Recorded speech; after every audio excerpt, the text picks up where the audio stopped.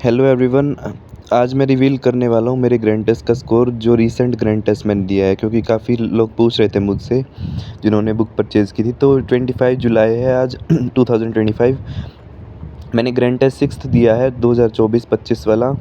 उसमें मेरा 670 मार्क्स आए हैं आज। और ये मॉडरेट लेवल का टेस्ट था, ना तो ज़्यादा इजी था ना ज़्यादा मुश्किल था। ठीक है। उसके बाद इसमें 40th रैंक है ऑल इंडिया आउट ऑफ 79,773। तो अगर मैं इसको क्रेडिट देना चाहूँ मेरे स्कोर को, तो सोल क्रेडिट है बुक को, जो जीटी रिव्यू बुक मैंने लिखी है, जो जिसका डिस्क्रिप्शन बॉक्स में लिंक है गूगल फॉर्म का, वहाँ से आप उससे पीडीएफ ले सकते हैं। उस जीटी रिव्यू बुक में मैंने मैरो के 80 ग्रैंड टेस्ट रिव्यू किए हैं नीट पीजी के। ठीक है। उसको रिव्यू करके उसमें से वैल्यू पॉइंट्स, क्लिंचर्स और ये सब निकाले, प्लस कुछ पॉइंट्स मैंने खुद से ऐड किए हैं स्टैंडर्ड टेक्स्ट बुक में से। जो भी मुझे यूज़फुल पॉइंट्स लगे, पीवाईक्यूज़ लगे, वो मैंने ऐड किया है। सारे पीवाईक्यूज़ इंक्लूडेड है नीट पीजी के।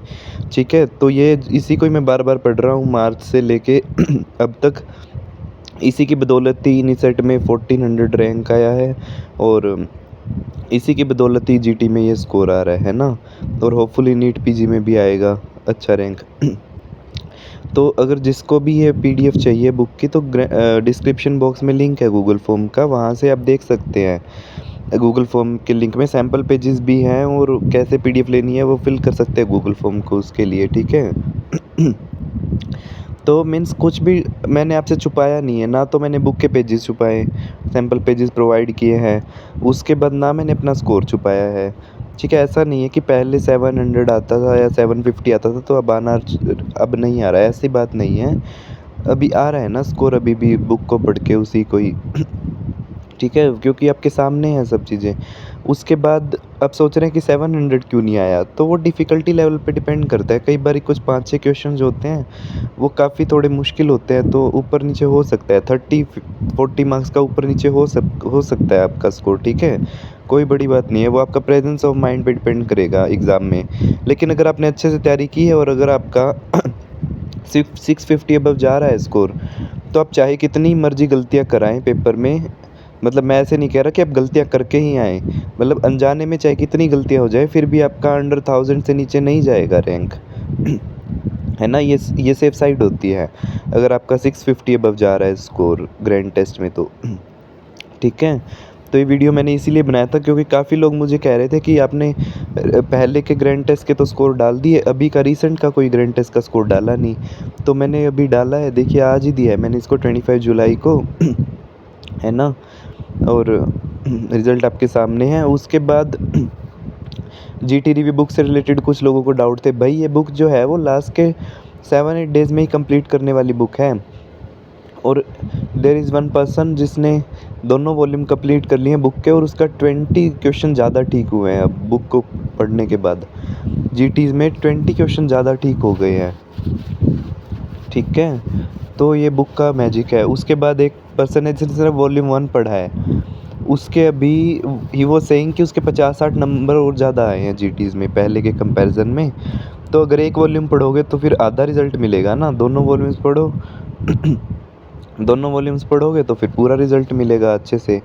है ना। बात ये नहीं है, बात ये है कि जिसका 500 नंबर आ रहा था, आने थे नीट पीजी में, अगर वो बुक पढ़ लेता है और उसके 600 नंबर आ जाते हैं सपोज़, ठीक है, 600-610 नंबर आ जाते हैं, तो उसको जहाँ वो 1 साल और ड्रॉप करने वाला था वहीं उसको ड्रीम ब्रांच मिल गई अपनी। ठीक है, 3000 रैंक तक तो ड्रीम ब्रांच मिल गई, और उसका जो है सिलेक्शन हो गया। है ना। ये फ़ायदा है इस बुक का।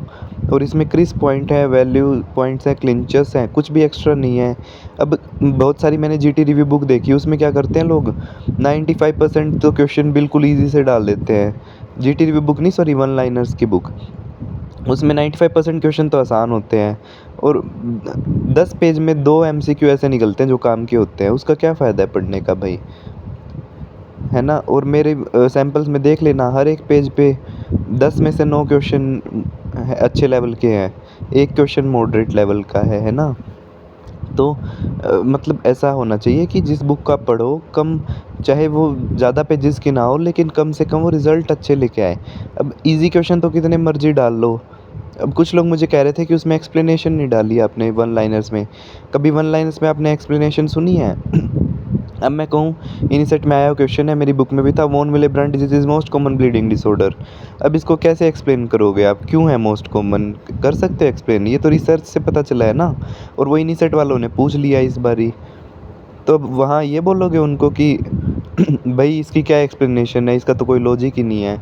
तो भाई लर्न करना पड़ता है अगर आपको अच्छे रैंक चाहिए तो। वन लाइनर्स हैं और जहाँ-जहाँ एक्सप्लेनेशन की ज़रूरत लगी वहाँ पे डाली भी हुई है, ठीक है?